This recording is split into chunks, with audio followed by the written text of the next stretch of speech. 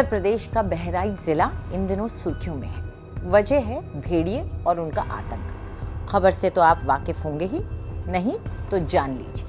45 दिनों से ज्यादा का वक्त, 35 गांव में खौफ का मंजर, 7 से 8 भेड़िए और अब तक 8 बच्चे और 1 महिला की मौत। और अब इन्हें पकड़ने के लिए ऑपरेशन भेड़िया चलाया जा रहा है।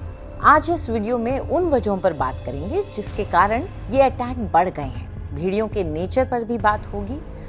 क्या ये अटैक झुंड कर रहा है या कोई एक भेड़िया? भेड़ियों के बारे में सब कुछ जानने के लिए पूरा वीडियो एंड तक देखिए। सबसे पहले ये जानते हैं कि क्या भेड़ियों के इंसानों पर हमले आम है?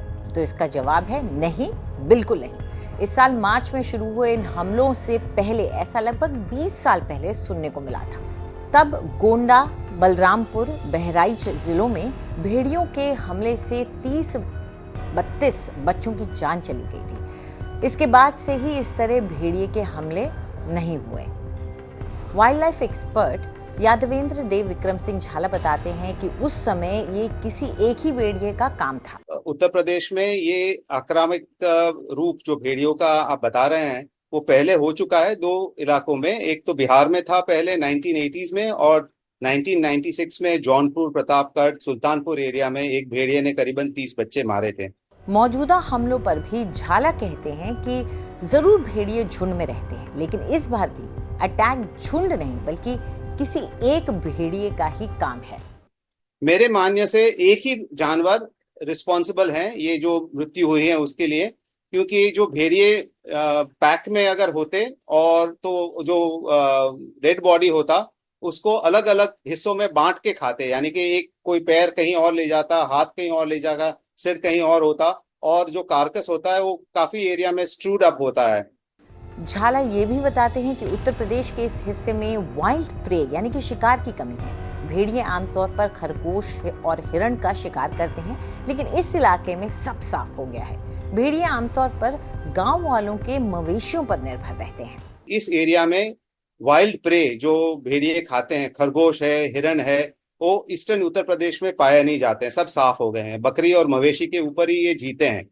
और आप इस इलाके में देखेंगे तो बकरी और मवेशी की रक्षा बच्चों से ज्यादा हो रही है। बच्चे का संरक्षण कम है क्योंकि इनके साथ में कोई एडल्ट नहीं होता है। रात को कभी कभी अंधेरा हो जाता है, बाहर सोते हैं, तो ये प्रेडेटर्स को उसके लिए आसान बन जाता है इनका शिकार करना। बहराइच के डिविजनल फॉरेस्ट ऑफिसर यानी कि डीएफओ अजीत प्रताप सिंह ने बीबीसी से बातचीत में बताया, इस झुंड में एक वयस्क भेड़िया लंगड़ा है, तो हो सकता है कि वो ज्यादा खूंखार हो, इसलिए उसको पकड़ने की कोशिश की जा रही है। अब आपको भेड़ियों के बिहेवियर के बारे में कुछ बातें बताते हैं। आमतौर पर भेड़िए इंसानों से शाय होते हैं, ये डरते हैं और इंसानों से दूरी पर ही रहना पसंद करते हैं। भेड़िए झुंड में रहते हैं और झुंड से बिछड़ना पसंद नहीं करते। झुंड में लगभग 7 से 12 भेड़िए होते हैं। झुंड का मुखिया हर सदस्य का ख्याल रखता है।